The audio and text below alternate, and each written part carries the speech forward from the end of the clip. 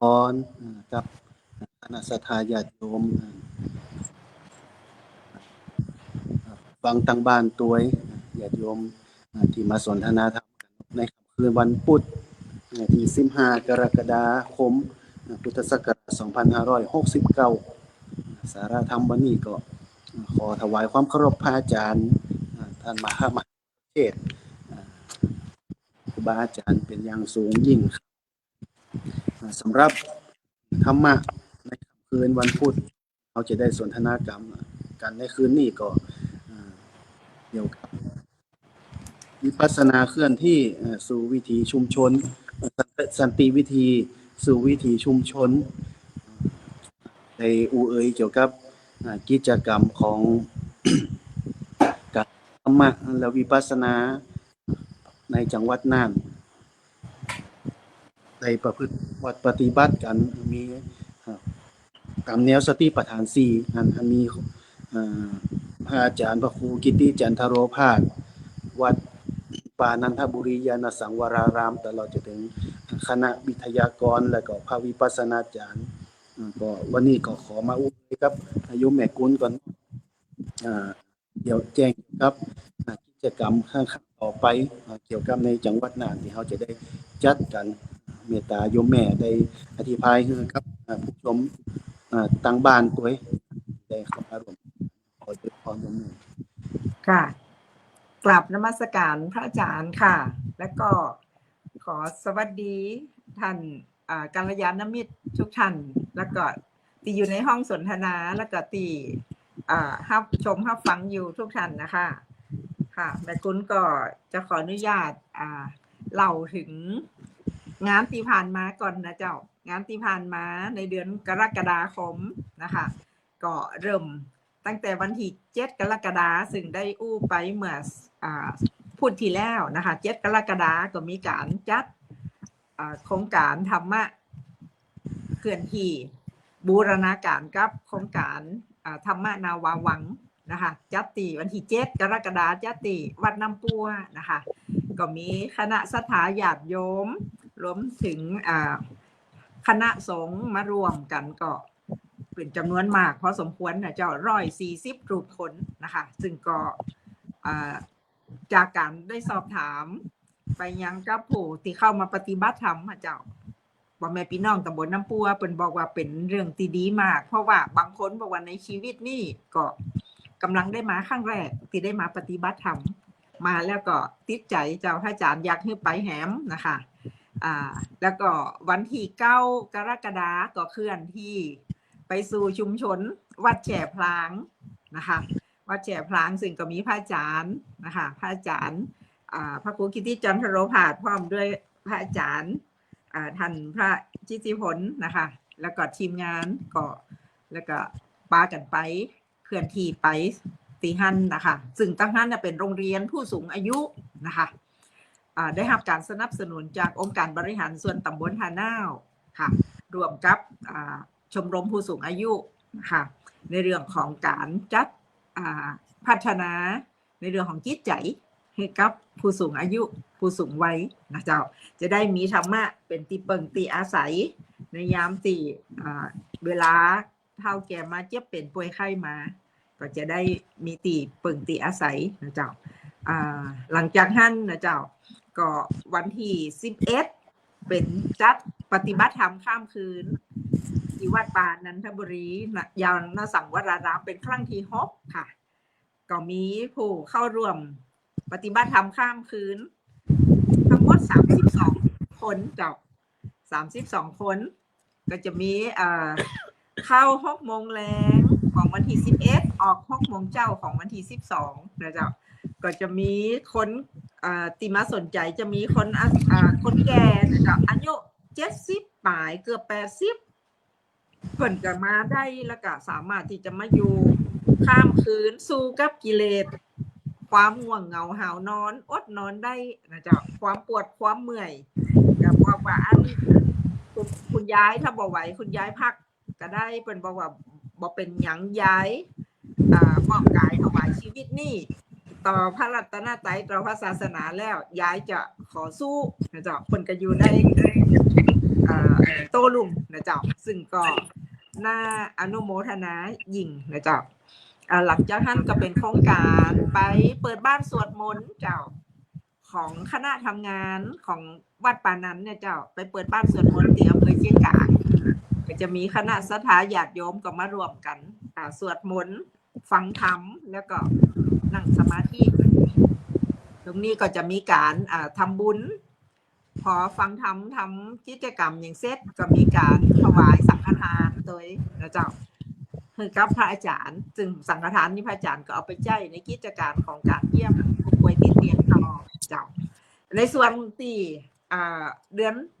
อนกรกฎานี่ก็กิจกรรมก็มีประมาณที่ส่วนเดือนสิงหาเจ้าแผนเดือนหน้าเดือนสิงหาคมก็จะมีการปฏิบัติธรรมในสวนนะเจ้าต่อรอบนี้จะบ่สู้ชุมเจ้า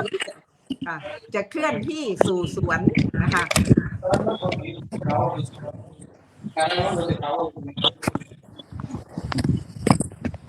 พอดีมีคณะศรัทธาญาติโยมตันสนใจตันมีสวนเป็นท่องเที่ยวเป็นแหล่งท่องเที่ยวก็อยากให้ไปจัดปฏิบัติธรรมในสวนเปิ้นนะเจ้าก็กำหนดไว้วันที่14สิงหาคมนะคะปฏิบัติธรรมในสวน1วันหลังจากนั้น15สิงหานะเจ้า15สิงหาก็จะเป็นจาก14เสร็จ15สิงหาก็จะเป็นการปฏิบัติธรรมข้ามคืนแผนในส่วนของการทำงานก็มีประมาณนี้เจ้าเดือนพรแล้วก็หลังจากสิงหานั้นจะมีกิจกรรม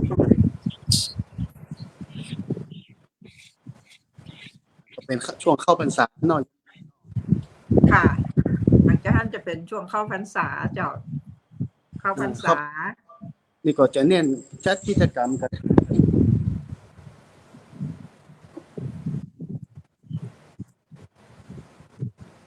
ถวายความเคารพ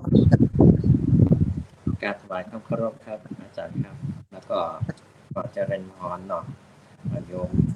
ทั้งหลายมาได้เข้ามาเมินแล้วนะพอดีว่าติดงานศพของประชาก็ได้จัดกันถึงประมาณวันที่26เนาะวันที่26ที่จะพระราชทานเพลิงศพก็การถวายความเคารพนะ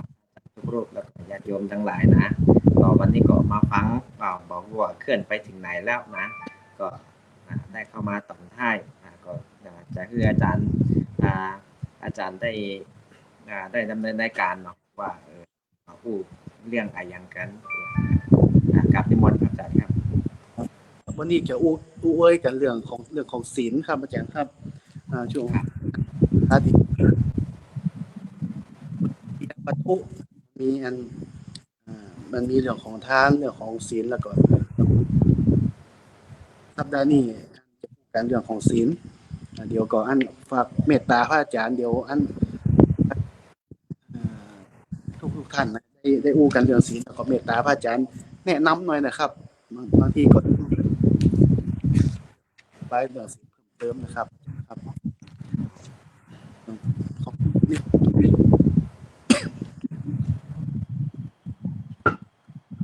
บุญกิริยาเนาะในเรื่องของบุญเนาะทานก็เป็นขั้นเบื้องต้นเนาะส่วนนักสูงขึ้นมาหน่อยโยมคณะศรัทธาญาติโยมเจ้าตั้งแต่เป็นเด็กละอ่อน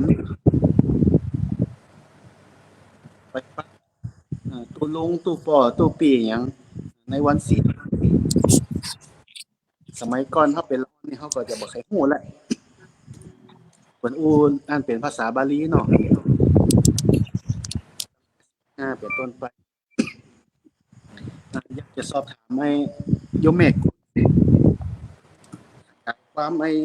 เรื่องศีลเจมนุในเรื่องของความหมายของมันน่ะในหนัง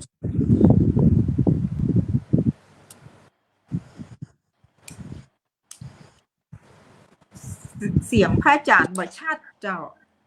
พระอาจารย์ชอบทวนกำเจ้า เมษายมแม่อู้เรื่องไอ้นี่น่ะที่เรื่องของบุญเกียวัตถุน่ะอธิบายเรื่องความหมายของศีลน่ะแม่กับโยมปอเพิ่นว่าเมตตาโยมแม่เปิดอ่านก็ได้คืออันผู้รับชมรับฟังทางบ้านเพิ่นได้ฮู้เนาะเฮาฮู้กันมาตั้งแต่น้อยล่ะอืมในข้อความเนื้อหาเพิ่นว่าจะได้นะโยมแม่เมตตา เจ้า ฟังหนู อ่าค่ะ ก็ในส่วนของโยมแม่นะคะ ในเรื่องของศีลนะเจ้าตอนตีได้ศึกษาได้ฟังมาก็คือศีลก็คือความปกตินะเจ้าก็คือเป็นเครื่องรักษาการประพฤติปฏิบัติทางกายทางวาจาของคนทั่วไปนะเจ้าก็คืออย่างบุคคลทั่วไปก็เป็นศีลห้านะเจ้าศีลห้าข้อนะคะในการควบคุมการประพฤติกายวาจานะเจ้าก็ถ้าจะให้อ่านนะเจ้าแม่ขออนุญาตอ่านจากหนังสือนะคะก็คือศีลไมยคือการรักษากายวาจาให้เรียบร้อยคือเว้นข้อที่พระพุทธเจ้าห้ามทำตามที่พระองค์อนุญาตเช่นสำหรับคฤหัสถ์หรือชาวบ้านก็ควรจะรักษาศีลห้าหรืออุโบสถศีลแม่ชีรักษาศีล8สามเณรรักษาศีล10และพระสงฆ์ก็รักษาศีล227เป็นต้นนะคะที่โยมแม่ได้อธิบายมาก็ศีลก็คือแปลว่าปกติในการจะประพฤติทางกายวาจาใจก็สำหรับบุคคลที่บ่มีศีลนี่ก็ปกติเนาะครับความ ผิดปกติ บ่ปกติโยมแม่ได้อธิบายมาตะกี้ว่ามีตั้งศีล5ศีล8ศีล5ศีล8ศีล10 297รับพระสงฆ์แม่ชีนี่300ภิกษุณีค่ะ ภิกษุณีเนาะภิกษุณี31ข้อเมตตาพระอาจารย์นะครับเมตตาแนะนำอธิบายเรื่องศีลให้น้อยนะครับใจความคือกระจ่างนะครับ ก็เชิญพรนะญาติโยมตั้งหลายทุกท่านนะขออภัยนะเพราะว่าได้เข้ามาเหมือนตั้งแต่ซีซั่นที่1นะของธรรมะเป็นทีมที่ได้จัดกันมาก็ได้ห่างเหินกันไปคำว่าศีลที่โยมแม่ได้ผู้อธิบายก็เป็นเรื่องส่วนหนึ่งที่เป็นปกติที่จะคือเป็นมนุษย์ที่หลวงพ่อพุทธทาสนะเปิ้นก็ได้ส่งเสริมว่าคำว่าคนกับมนุษย์นี่มีความแตกต่างกัน มนุษย์เนี่ยเป็นคนมีศีลจึงได้ชื่อว่าเป็นมนุษย์มานะกับอุสยะบวกกันมานะก็คือใจอุสยะก็คือสูงผู้มีใจสูงถ้าเป็นคนภาคณะแปลว่าความวุ่นวายนะในตั้งหลายเป็นจะได้ก็เหมือนกันเนี่ยมันสิ่งเป็นสิ่งที่สำคัญที่เขาตั้งภาคเหนือก็ดีตั้งหลายตีหลายตั้งเนาะจะเน้นเอาวันธรรมสวนะก็คือวันพระว่าเป็นวันศีลเนี่ยโดยเฉพาะที่เปิ้นเป็นประชาชนทั่วไปก็ได้รับเป็นจุลศีลที่เป็นศีล5ปัญจศีลนะแล้วก็ศีล8อุโบสถศีลนะที่หลายท่านที่ได้มานอนวัดก็ดีได้มารักษาศีลอันเนี้ยเป็นสิ่งที่เฮาท่านทั้งหลายน่ะได้เพื่อจะนำไปปฏิบัติว่าอยากจะได้โดยเฉพาะที่เป็นรายการเนี่ยสิ่งที่สำคัญก็คือปัญจศีลก็คือศีล5ศีล5เนี่ยเป็นสิ่งที่สำคัญอย่างมากนะที่เขาจะรักษาโรคของเขาเนี่ยได้เป็นปกติได้ที่สำรวมกายวาจาคือเรียบร้อยนะบางคนก็มีความสงสัยว่าเป็นจะได้บ่มีคำว่าใจนะมีคำว่ากายกับวาจานะ ที่เป็นทั้งกายกรรมนะรุ่นแม่ตั้งหลายตั้งศีลเนี่ยส่วนมากก็จะเน้นกายกรรมที่กายกับวาจาบ่ว่าจะเป็นที่ตั้งที่หนึ่งก็คือเป็นการที่ปาณาติบาตเนาะเพื่อยังสัตว์ที่ยังมีชีวิตนั่นคือตายไปล่วงไปด้วยมีใจที่คือจะทำแล้วก็สัตว์นั้นก็ตายด้วยมีความพยายามมีจิตที่จะฆ่าเนาะมีความพยายามแล้วก็สัตว์นั้นก็ตายด้วยการฆ่าของเขาติ่งสำเร็จปาณาติบาต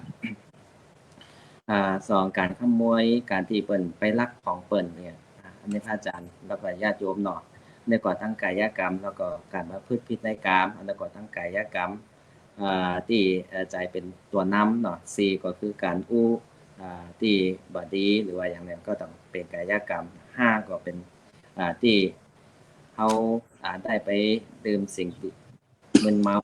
อันนี้ก็ต้องเป็นกายกรรมโดยข้อที่สี่นี้เป็นวจีกรรมเนาะก่อนนี้แหละทั้งสองที่เป็นว่ารักษากายวาจาคือเรียบร้อยนะก็เปิ่นเผื่อใจไว้เพื่อเป็นสมาธิอย่างโยมแม่เพราะว่าศีลท่านศีลสมาธิภาวนาเนาะภาวนาก็เป็นจะเน้นไปใจด้วยเฉพาะอันนี้ครับอาจารย์ครับว่าโดยเฉพาะที่เป็นศีลที่สำคัญเนี่ยโดยเฉพาะเป็นเล็กน้อยนะเล็กน้อยที่เปิ้นมาปฏิบัติเปิ้นมาเข้าวัดแล้วก็จะพูดจะได้ว่าคือเปิ้นได้เข้าใจง่ายก็คือหนึ่งก็คือบอกฆ่าสัตว์บอกฆ่าสัตว์หัดจิตมีเมตตาอันนี้นะเป็นคำที่หนึ่งคำที่สองก็คือบ่ลักขโมยไผนะฝึกคือใจน่ะมีความกรุณาสามเนี่ยก็บอกว่าคือใจเน้นตามสามนะก็เป็นที่ไปไปเป็นกาเมสุมิจฉาจารเนาะข้อที่สี่ก็คือบอกผู้ที่เป็นกรรมที่อู้เท็จ อู้ที่บดีคือเปิ้นข้อที่ห้าเนี่ยก็คือเป็นการที่ดื่มของมึนเมาสุราที่ห้าข้อเนี่ยก่อนหนึ่งก็หมายความว่ามีเมตตาสองมีความกรุณานะสามก็คือเบาคือเป็นการร่วมประเวณีสี่เบาปากไว้ห้าเนี่ยเบาวัดสติด้วยความประมาทนะก็คือบอกมีความประมาทในสิ่งข้อที่ห้านี่แหละอันนี้ครับก็ประมาณนี้ครับก็ว่าศีลห้าเนี่ยเป็นสิ่งที่สำคัญที่เขาจะได้รักษาคือโลกของเขาเนี่ยให้เป็นโลกที่สวยงามแล้วก็อยู่ด้วยกันสันติสุขจึงเป็นสิ่งที่มาของการโครงการศีลห้า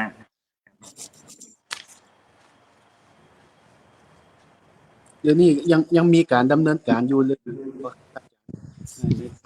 ครับโครงการศีลห้าตอนนี้ก็ยังมีครับโดยเฉพาะที่อาจารย์ผู้ชนิดต่างที่เป็นเลขาโดยเฉพาะภาคเหนือเนี่ยคุณซึกว่าน่าจะเป็นหลวงพ่อเจ้าคณะจังหวัดเนาะลำพูนแล้วก็หลายที่นะที่ได้ร่วมกันรับผิดชอบนะครับผิดชอบโดยเฉพาะที่เป็นประธานใหญ่ก็คือหลวงพ่อที่วัดบางพีนิยายในเนาะเปิ่นก็มาสานต่อที่หลวงพ่อสมเด็จมหาราชมังคลาจารย์ที่แต่ก่อนนี้เป็นเจ้าคณะใหญ่คนเหนือเนาะแล้วก็ตำแหน่งสุดท้ายก็คือเป็นผู้ปฏิบัติหน้าที่สมเด็จพระสังฆราชนะก็เป็นก็ได้เอาศีลห้าเนี่ยครับมาคือญาติโยมทั้งหลายได้เผยแพร่แล้วก็ได้ปฏิบัติตามก็จะฝากเมตตาโยมปอพอกับความเข้าใจเรื่องศีลเนี่ยสำหรับเป็นฆราวาสญาติโยมเนี่ยเนาะโยมปอเรื่องของศีลเนี่ยตั้งแต่เกิดมาน่ะโยมปอมีความเข้าใจอย่างเรื่องเนี่ยตั้งแต่บัดใดนี่โยมปอเข้าใจเรื่องศีลตั้งแต่บัดใดครับนมัสการครับอาจารย์เรื่องของศีลเนี่ยนะครับในส่วนของผมเองนี่เพราะว่าในวัยเด็กในวัยละอ่อนเนี่ยผมก็ไปกับอุ้ยครับ อุ้ยกับป้าไปเข้าวัด ไปในวันพระก็ป้าผมได้ไปตัวอุ้ยพอเป็นผู้ชายสมัยผู้เจ้าหลานผู้ชายนี่ไปตัวไปวัดไปจ่วยเปิ่นหิ้วตะกร้าหิ้วพานฮะพิ้วของที่จะไปใส่บาตรที่วัดเนี่ยฮะเขาก็ได้รับการปลูกฝังมาตั้งแต่น้อยๆที่จะไปวัดนะครับคือไปรักษาศีลในวันพระวันทำวันธรรมสวนะนี่นะครับวันพระทั่วไปเพราะว่าอย่างเฮานี่ปกติในวัยละอ่อนชั้นประถมนี่เฮาก็ได้รับการเรียนในหนังสือนะในเรื่องของหน้าที่ศีลธรรมนะครับแต่บ่ฮู้สมัยนี้ยังได้เรียนกันอยู่ก็เฮาก็ได้รับการปลูกฝังมาตั้งแต่ไว้ละอ่อนทั้งทางบ้านและทางโรงเรียนก็ได้รับการปลูกฝังมาเป็นเบื้องต้นมาก่อนแล้วนะครับอาจารย์ตัวนั้นแสดงว่าเริ่มแรกนะตั้งเจ้าเนี่ยไปกับอุ้ยเนาะ ครับผม กับไปวัดเนาะเนี่ยน่าก่อนถ้าเป็นเมืองน่านบ้านเฮาเนี่ยช่วงเข้าพรรษาเนี่ยเนาะเข้าพรรษาเนี่ยเปิ่นไปถือยังได้ตันอันเปิ่นไปถืออุโบสถศีลก่อนเนาะคนเฒ่านอน ครับก่อนในวันเช่นวันเข้าพรรษาวันสำคัญทางศาสนาก็ได้ไปนอนวัดอยู่ครับไปกับอุ้ยนั่นนะวัดที่เป็นวัดที่สำคัญของเมืองน่านยังวัดพระธาตุแจ้แห้งเปิดก็จะมีร้านที่ว่าคนที่ไปถือศีลรอบพระธาตุนะครับก็ได้ไปตัวอุ้ยเนี่ยครับในวัดวัดประจำจังหวัดอย่างนี้ครับก็ได้ไปอยู่ครับเดี๋ยวนี้คนเฒ่าคนแก่ตั้งแถวตั้งในเวียงในเมืองน่านพุ่นน่ะเดี๋ยวนี้ยังมีคนเฒ่าไปนอนวัดนอนวาอยู่ก่อนเนาะในเมืองนี่ในตัวเมืองน่านเองในเมืองเองนี่ก็บ่ค่อยมีแล้วครับเดี๋ยวนี้นะส่วนมากก็จะไปตักบาตรเนี่ยตาน่ะแต่ฟังเทศน์ฟังธรรมเนี่ยในวันพระแต่ที่จะไปนอนได้ก็บ่ค่อยมีแล้วครับนี่เนาะในตัวเมืองยมพอขอบคุณหลายๆนะยมพอนะอันที่อันได้เล่าเกี่ยวกับวิถีสมัยเป็นละอ่อนเนาะไปกับปู่อุ้ยแม่อุ้ยแล้ววันนั้นอันได้อู้กันเกี่ยวกับเรื่องธรรมะหลังจากไปจัดกิจกรรมวิปัสสนาเคลื่อนที่มาบนรถเนาะอู้กันกับตุลุงเทียนว่าอันสมัยก่อนเนี่ยมีคนเฒ่าคนแก่เปิ่นไปรักษาศีลอุโบสถตัวที่บ้านนาปานอยากสอบถามอันคุณครูอำพรเนาะสมัยก่อนเนี่ยเคยเห็นก็เนาะลองเล่าก่อนเนี่ยบ้านนาน ปาน มัสการพระอาจารย์ทั้งสองเจ้า แล้วก็สวัสดีญาติธรรมนะคะกัลยาณมิตรที่มารวมรายการในคืนนี้จากบ้านนาปานนะคะ จากตั้งแต่ตอนที่สมัยเป็นละอ่อนน้อยนี่นะคะก็เคย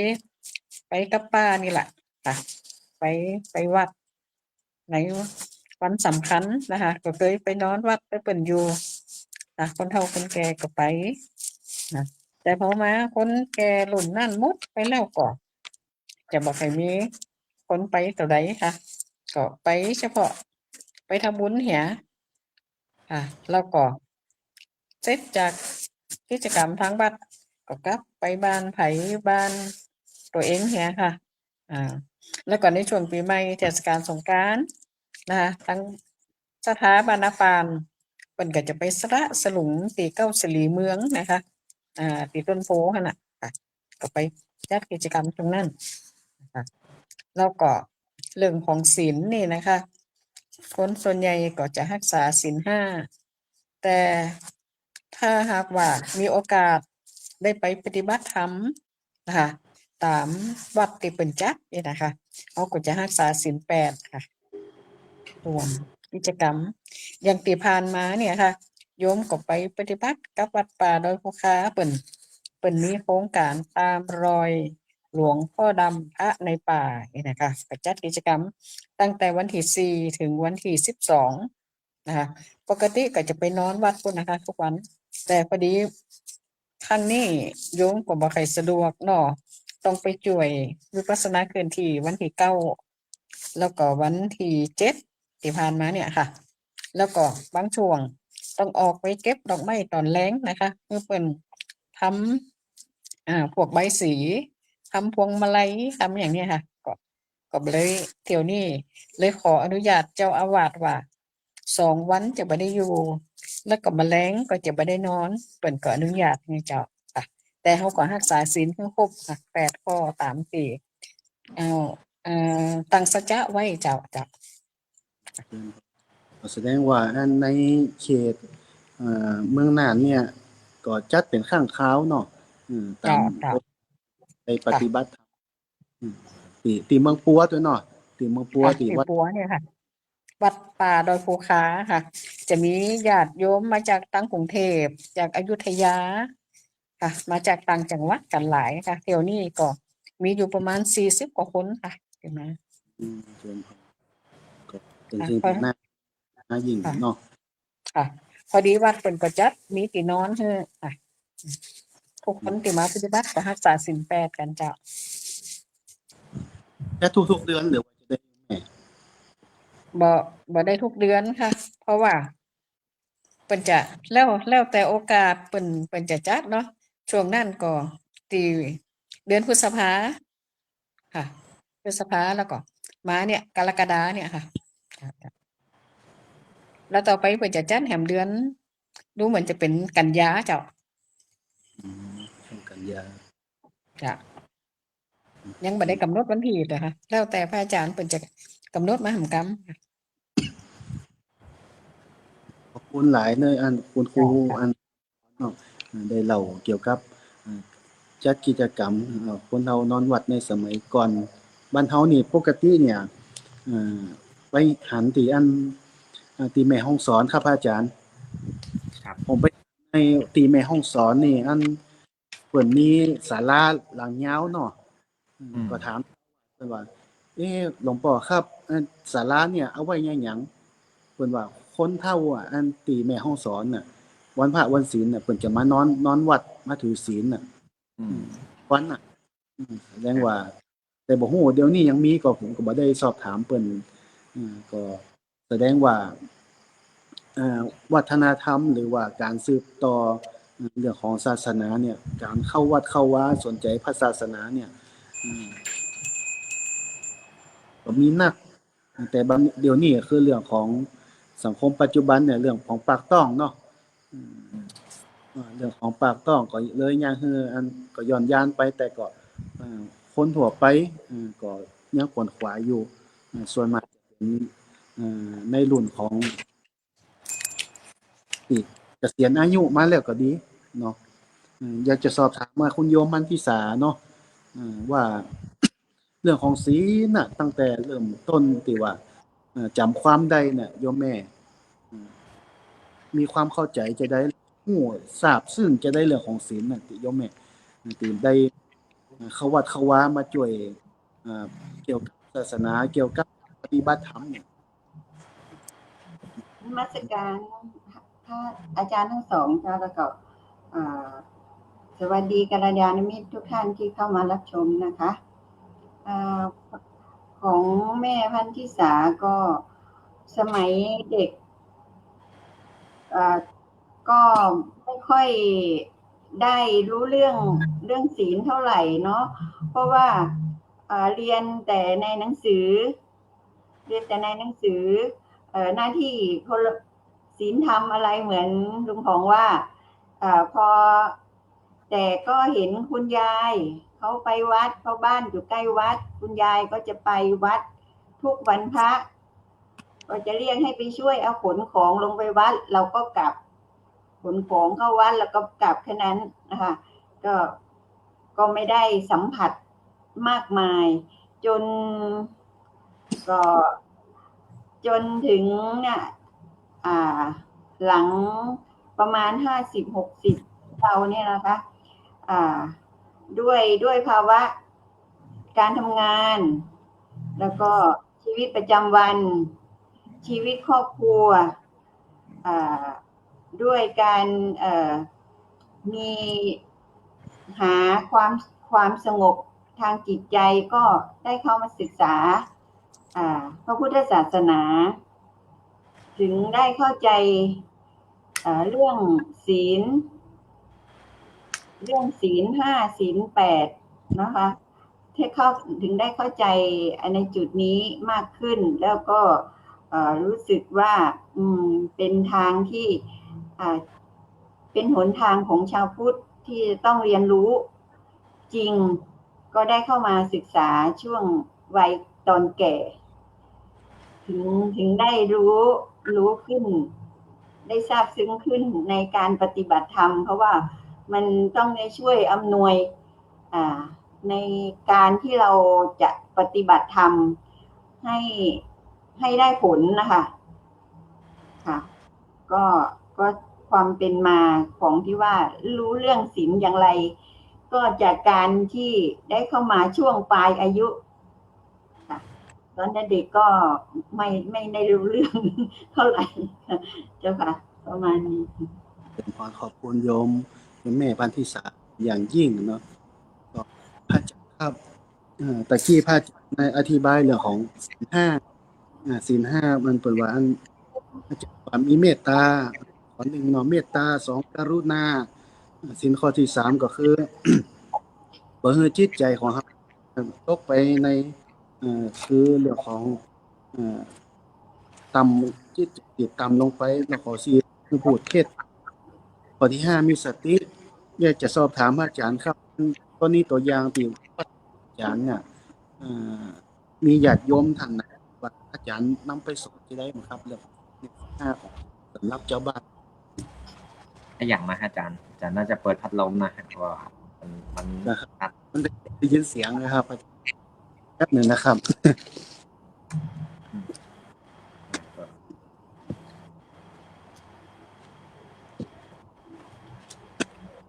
กลับมาละ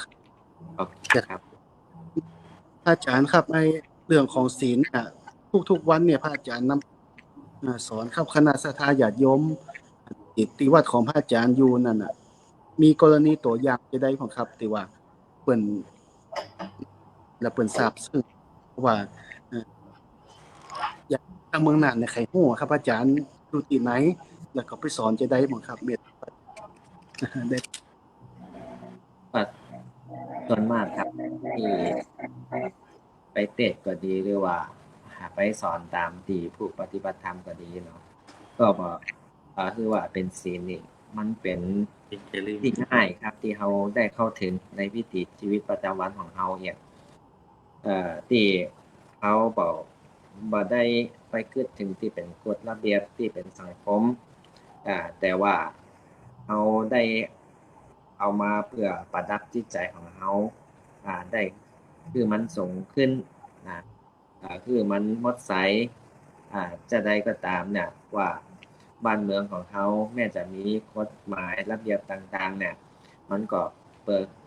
บัญญัติขึ้นมาเพื่อที่เขาทั้งหลายเนี่ยได้เข้าอยู่ในสังคมเนี่ยในสันติสุขแต่ว่าศีลในทางธรรมเนี่ยพระพุทธเจ้าเปิ้นได้คือมนุษย์ทั้งหลายเนี่ยก็ได้อยู่ร่วมกันอยู่สันติธรรมที่บอกว่าจะเป็นการอยู่ด้วยกันในครอบครัวก็ดีหรือว่าการอยู่ด้วยกันในตามที่เป็นองค์กรก็ดีนะครับสิ่งเหล่านี้นะครับมันเป็นนิจศีลที่สอนเพิ่นได้รู้ว่าสิ่งเหล่านี้มันเป็นสิ่งที่เฮารักตัวกลัวตายเปิ้นก็รักตัวกลัวตายเหมือนกันเนี่ยเอาตัวเฮาเป็นตัวอย่างเนาะข้อที่สองสิ่งที่เฮามีทรัพย์สินก็ดีอย่างก็ดีเฮามีความหวงก็มีความที่ว่าถ้าเพิ่นมันลักไปมีความคิดเป็นแต่ได้พ้องที่มันมีกระเป๋ามีอย่างโทรศัพท์ที่เป็น iPhone 17อย่างมาได้นะ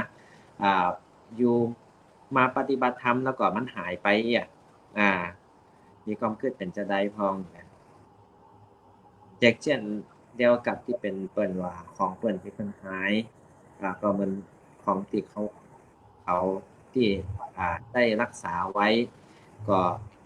เหมือนที่เฮาเนี่ยก็ยังหวงของเฮานะอันนี้คือข้อที่2ข้อที่3คือสิ่งที่เป็นบ่คือมันใจไว้ สิ่งที่เป็นของเปิ้นอ่าก็เขาเพื่อที่จะบ่ได้ไปย่างที่เปิ้นแตกกันเนี่ยนะข้อที่3เนี่ยอันนี้เป็นสิ่งที่สำคัญเนาะข้อที่4เนี่ยที่เป็นก็คือได้ปากไว้ปกติคนเฮาเนี่ยนะอาจารย์แล้วก็ญาติโยมทั้งหลายเนาะเขาได้นินทาไผแล้วก็ได้ผู้ว่าเขาบ่ชอบคนใดก็เขาก็ได้มานินทามายุเปิ้นได้แตกกันเนี่ยนะข้อที่5เนี่ยเป็นจะใดเนี่ยก็คือส่วนมากเนี่ยนะคนที่เป็นสองขาเป็นคนปกติแต่ว่าถ้ามาดื่มน้ำเมาแล้วถ้าเป็นดื่มเหล้าแล้วกินเหล้าดื่มเหล้าแล้วนะมันก็จะเป็นกลายเป็นสี่ขาเนี่ยนะอันนี้ก็เพื่อที่ให้เขาได้รู้ถึงนะว่าสิ่งเหล่านี้นะถ้าเขาได้ปฏิบัติที่เหมือนผู้เจ้านะเพิ่นได้สรุปศีลสีเลนะสุขติงยันติเนาะเพื่อจะไปสู่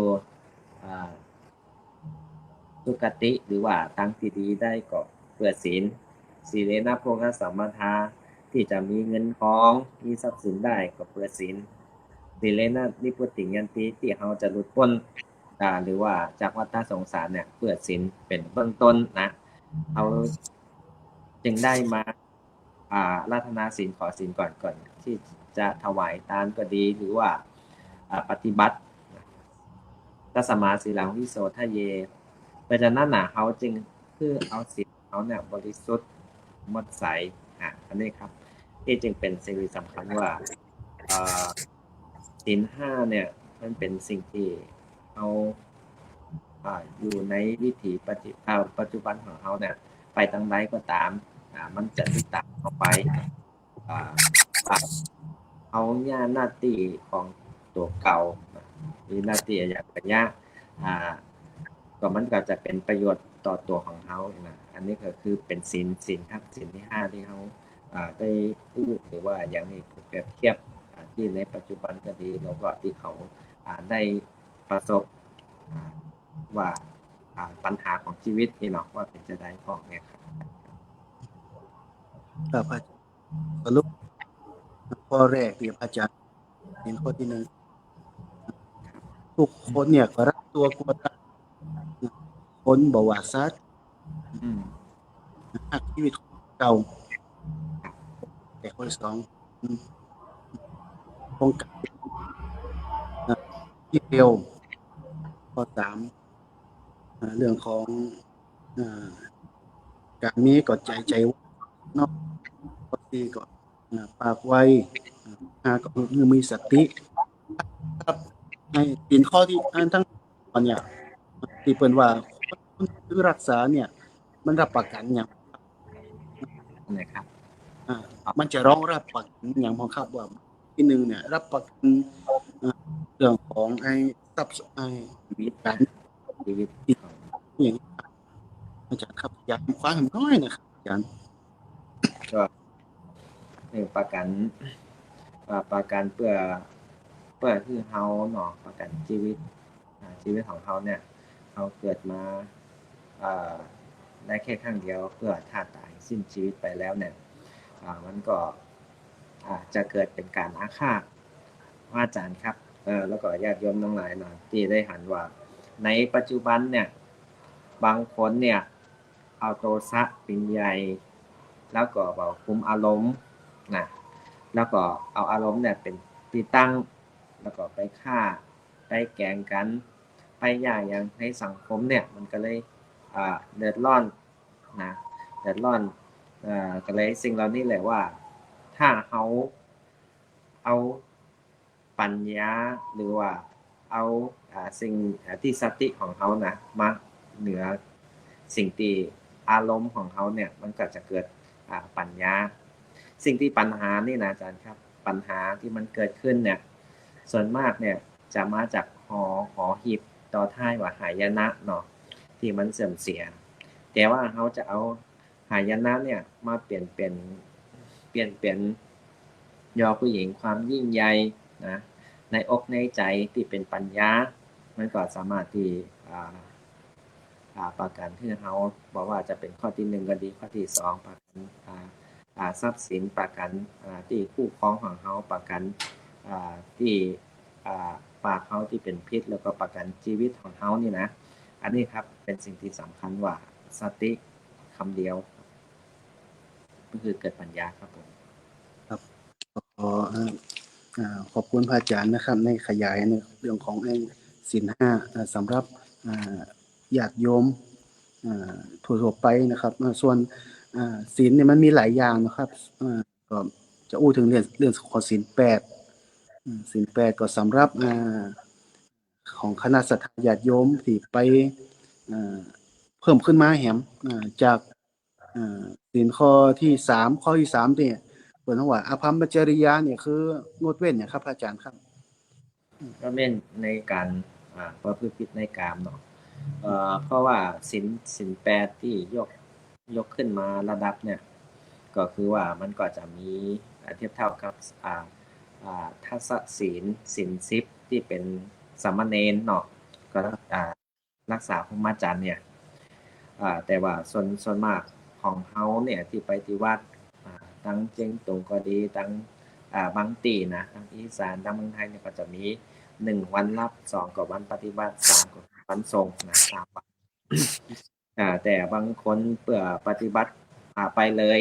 บอกมี3วันนี่ก็คือเป็นแม่ชีก็ดีเป็นชีพราหมณ์ก็ดีเนาะที่เป็นปฏิบัติธรรมด้วยนะ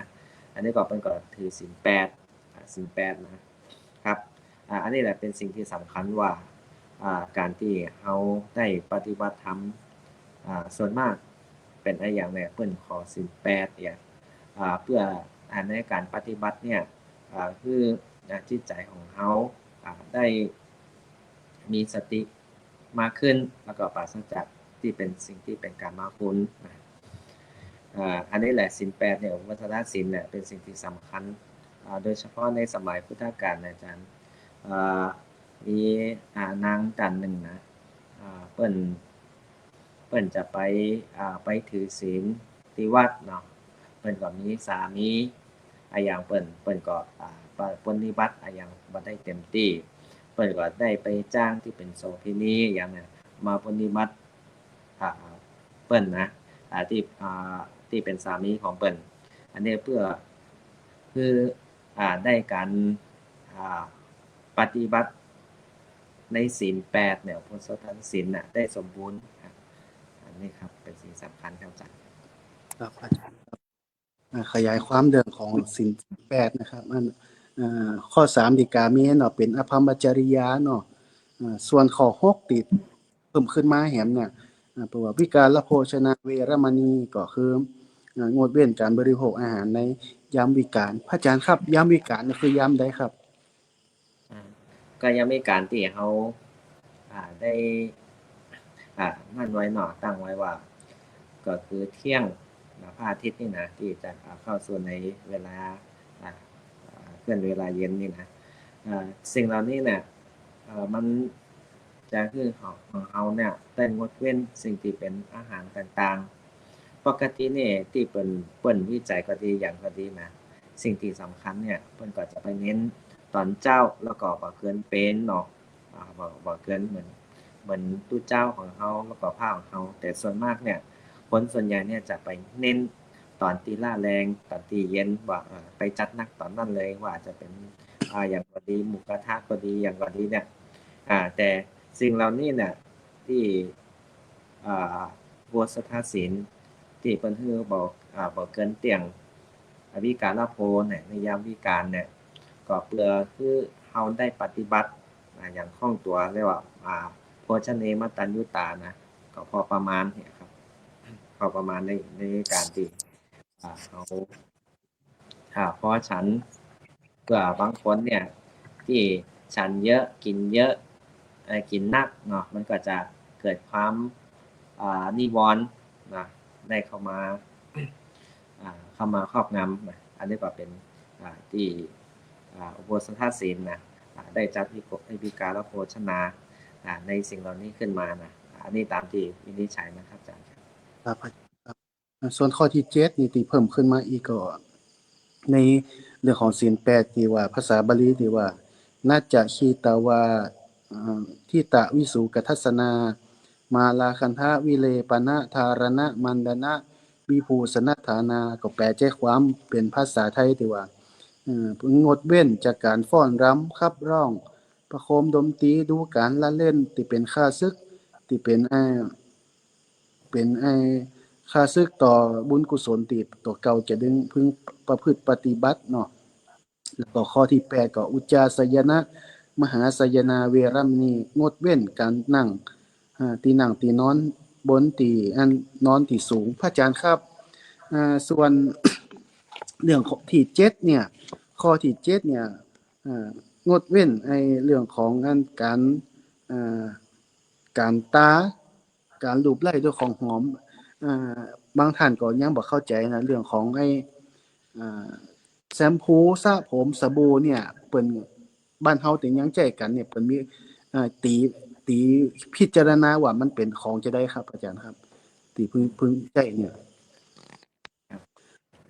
อันนี้ก็มาข้อหลังเนาะ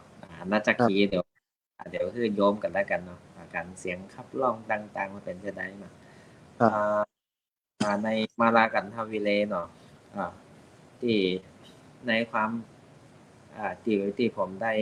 ศึกษาหรือว่านำมาประกอบมาตีความหนาว่ามาลากันที่ทวิเลว่าจะเป็นแชมพูก็ดีที่เราได้มาใช้กันนี่นะส่วนมากว่าใจเพื่ออะไรอย่างเพื่อให้ผมสวยงามก็หรือว่าใจเพื่อรักษาโรคภัยที่เขาว่าเป็นขี้เกินก็เป็นอะไรอย่างก็เฮีย ให้มันหายไปนะอันนี้ก็แยกไปว่าเขาใจเปื่อยอย่างแต่ว่าใจเพื่อรักษารักษาเนี่ยอันนี้ก็เป็นสิ่งที่อนุญาตนะเหมือนที่เขาได้ซองนะซองแว่นส่องกระจกนี่นะเพื่ออย่างเพื่อความสวยงามก่อนดีกว่าเพื่อที่รักษาแผลอยู่นะ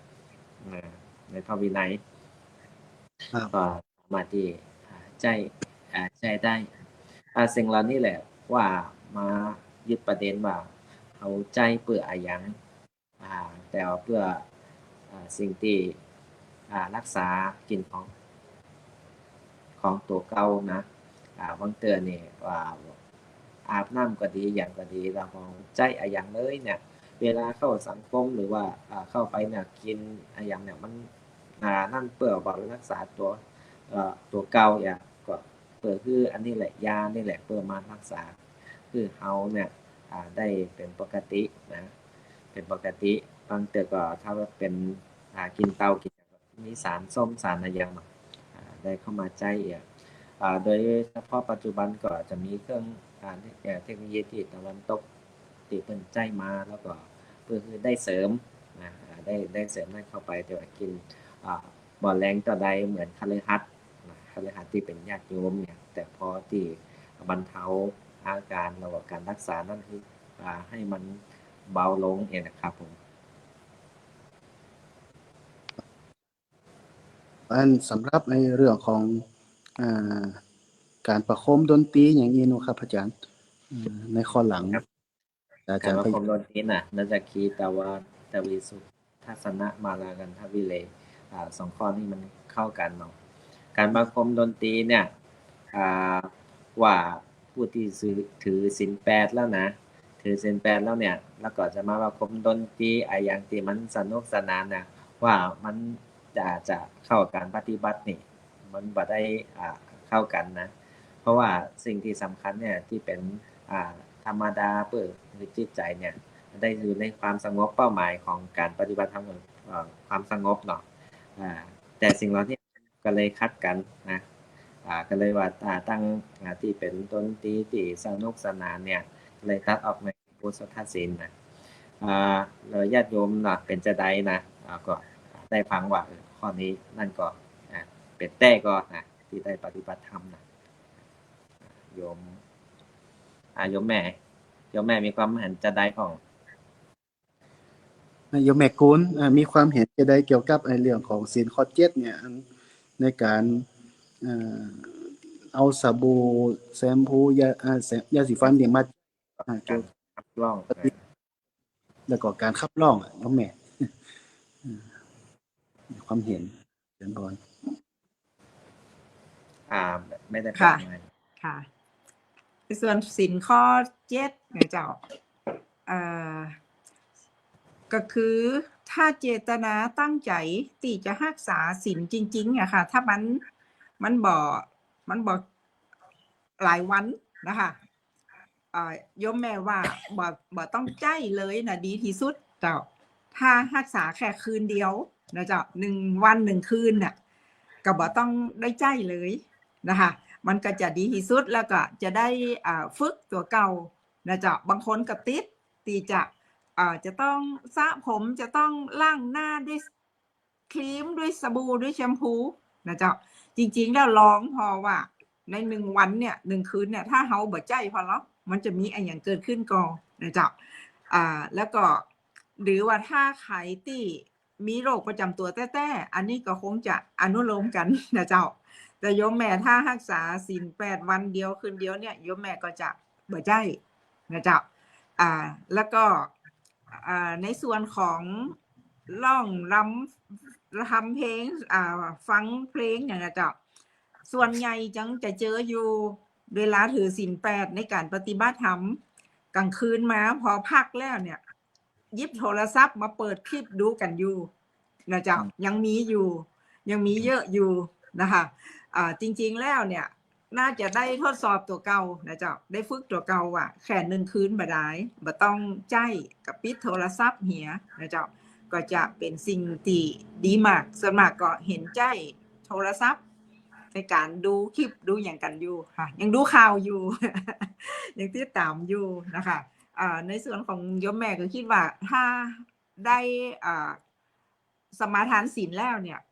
ควรจะรักษาศีลให้บริสุทธิ์ที่สุดนะเจ้าเต่าตีทำได้ควรจะรักษาให้บริสุทธิ์ที่สุดเพื่อความบริสุทธิ์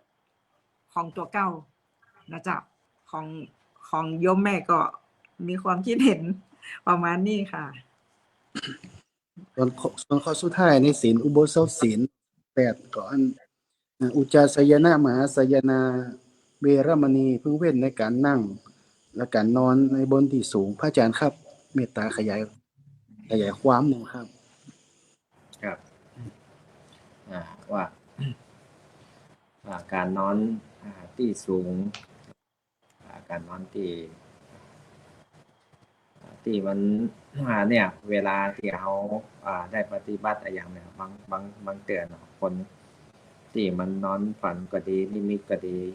ดิ้นไปดิ้นมาเนี่ยก็จะเกิดอันตรายนะอันตรายหลายที่ก็เลยบ่คือนอนที่เป็นเตียงที่สูงมากโดยเฉพาะที่บางคนเนี่ยพอไปปฏิบัติไปเมืองในนิมิตในอย่างนั้นมันก็ได้ผลมันก็จะเป็นสิ่งหนึ่งเนาะที่เขาได้นอนปกตินี่นอนที่นุ่มแล้วก็มานอนที่ปกติที่เป็นทั่วไปน่ะมันก็เป็นการที่เขาฝึกขันติความอดทนนะโดยเฉพาะที่สำคัญเนี่ยที่เป็นตู้เจ้าก็ดีพระธุดงค์ที่เขาได้นั่งกันนะว่ามีอย่างก่อนนอนที่หันอันนี้เป็นการดีที่สุดเนาะเพราะว่าการจะได้ของอันนี้เข้าไปบางเตือนเนี่ยคนที่อยู่โดยสุขสบายต่อต้องนอนเตียงนี่ตอนนั้นเหมือนคนที่นอนโรงแรมนะปกติตอนนี้เขาก็ติดโรงแรมกันนะว่าไปทำบุญไปยาบุญไปอย่างก็ดีเนี่ยต้องนอนโรงแรมเพราะว่ามันสะดวกมันนอนวัดนอนอะไรอย่างเดียวที่นอนก็บ่มีที่นอนก็บ่มีก็สิ่งเหล่านี้นะมันเป็นอุปสรรคในการที่ปฏิบัติธรรมว่าพุทธศาสนาถ้าเขาอยู่ด้วยการเรียบง่ายนี่นะก็อยู่ใจก็เป็นการปฏิบัติคือจิตใจเขาเนี่ยได้คัดกรองด้วยแล้วก็ต้องไปกังวลหนักว่าที่นอนของเขามันดีก็มันจะได้ของทั้งใดก่อนนอนท่านอันนี้เป็นสิ่งหนึ่งเนาะในอุโบสถศีลในการรักษาอุโบสถนะก็เป็นสิ่งที่ในพุทธศาสนาได้บัญญัติขึ้นมาว่าให้มัน คือมันน่ะมารวมกันนะรวมกันโดยเฉพาะที่เป็นข้อ7ข้อ8เนาะข้อ7ข้อ8แล้วก็ข้อ9นะในทัศศีลนะทัศศีลก็คือศีล10นะมีข้อเดียวที่บ่ได้เอามาก็คือชาตารูปละปราชตะปฏิฆานาเวรมณีก็คือการสิ่งที่เป็นเงินทองต่างๆเนาะแต่อันเส้นนะก็คือรวมกันก็เป็น9นะเป็น9ข้อถ้านับเปรียบเทียบกับทัศศีลก็คือศีล10นะครับ ครับก็ขอบคุณพระอาจารย์วันนี้เวลามันน้อยอู้กันยามเดียวจะครบชั่วโมงแล้วเนี่ยพระอาจารย์ครับก็วันนี้ก็ขอฝากสาระธรรมเกี่ยวกับเรื่องของศีลก็คืออันสรุปศีลเนาะรักษาศีลก็พึงไปบังเกิดในสุคติในสุคติรักษายังทรัพย์ของตนเก่าได้แล้วก็สุดท้ายก็คือถึงนิพพานก็ขอขอบคุณและก็ขออนุโมทนาแล้วก็ขอขอบคุณในความเมตตาของพระอาจารย์ครับเป็นอย่างยิ่งนะครับก็เกี่ยวกับการได้ได้เอ่ยกันในวันพุธวันนี้ก็สัปดาห์หน้าก็คงจะป้ากันกันถึงเรื่องของหลักการของภาวนาขาดเรื่องศีลแหมน้อยหนึ่งแล้วก็กันเรื่องภาวนาเกี่ยวกับกิจการของคณะศรัทธาญาติโยมวิปัสสนาของเมืองน่านวันนี้ก็ขอลาทุกท่านไปก่อนนะครับแล้วก็ขอกราบลาพระอาจารย์แล้วก็ผู้ชมรับฟังต่างบ้านไปอย่างยิ่งนะครับขอเจริญพร กราบนมัสการค่ะ ทางนมัสการพระอาจารย์ทั้งสองเจ้า แล้วก็สวัสดี